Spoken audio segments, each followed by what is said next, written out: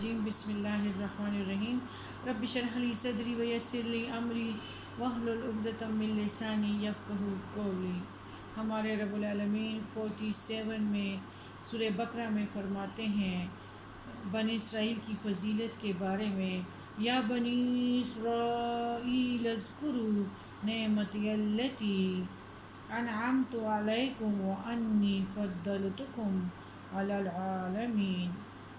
اے بنی اسرائیل، میرے وہ احسان یاد کرو جو میں نے تم پر کیے، اور یہ کہ میں نے تمہیں تمام عالم پر بڑائی دی۔ فضلتکم، تمہیں بڑائی دی، یہ لفظ فضل سے نکلا ہے جس کے معنی ہے بڑائی۔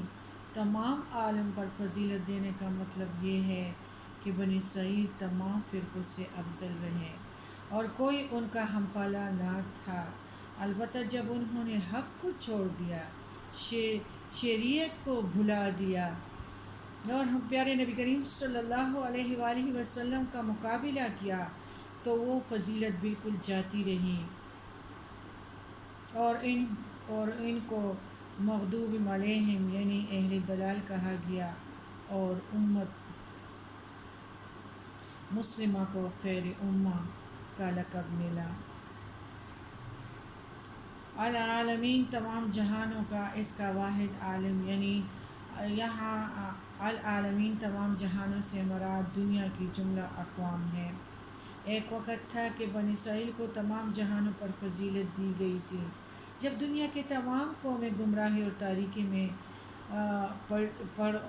پڑی اور بھٹک رہی تھی، شرک اور بت پرستی میں مبتلا تھیں، بدعت اور بدعنوانیوں میں مست تھیں، تو صرف بنی اسرائیل کو ایک ایسی قوم تھی جس کے پاس توحید کا تصور تھا اور آسمانی ہدایت نامہ ان کو میسر تھا۔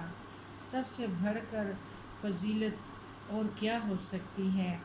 رفتہ رفتہ یہ لوگ اپنی کمزوری اور بدعنوانیوں کی باعث راہ راست سے بھٹک گئے اور آسمانی ہدایت کو پس پش ڈال دیا۔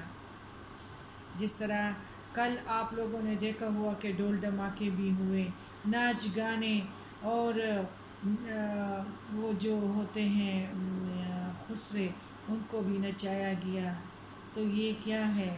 راہ راست سے بھٹکنا ہے کہ نہیں ہے؟ اور ان لوگوں نے بھی آسمانی ہدایت کو پس پش ڈال دیا تھا۔ آج برائے نام مسلمان بھی یہی کام کر رہے ہیں کہ ہدایت کو پس پش ڈال ہی دیا ہے۔ اللہ ہم سب کو بدعات سے بچا کے رکھے۔ اور بنی اسرائیل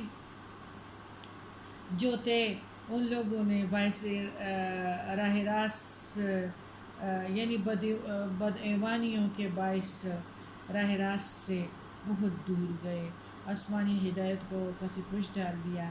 اس لیے اب انہیں اللہ اس چیز کی تلقین کرتا ہے کہ تم اپنے اس دین کی اصلاح شدہ شکل میں قبول کر لو اور راہ راست حاصل کر لو۔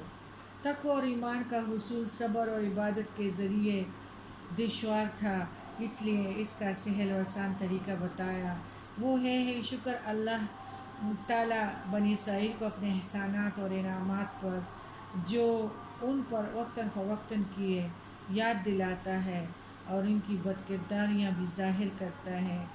یہ انسانی فطرت ہے کہ وہ اپنے محسن کے ساتھ محبت کرنے لگتا ہے، اس لیے اللہ انہیں صحیح راہ کی تلقین کرنے کے ساتھ اپنے احسانات جتاتا ہے۔ بنی اسرائیل کا فضیلت کے اس قدر اونچے مقام سے گر کر غضب الہی کے گھڑے میں گر جانا اہل عالم کے لیے عبرت کا نشان ہے۔ ان کی اس حالت سے نصیحت پکڑنی چاہیے اور ان اعمال سے گریز کرنا چاہیے جو اس قوم کی تباہی اور بربادی کا سبب بنے۔ اللہ تعالی ہم سب کو بدعات سے بچا کے رکھے اور دین میں نئے نئے ڈرامے ایجاد کرنے سے ہمیں اللہ تعالی روک دے۔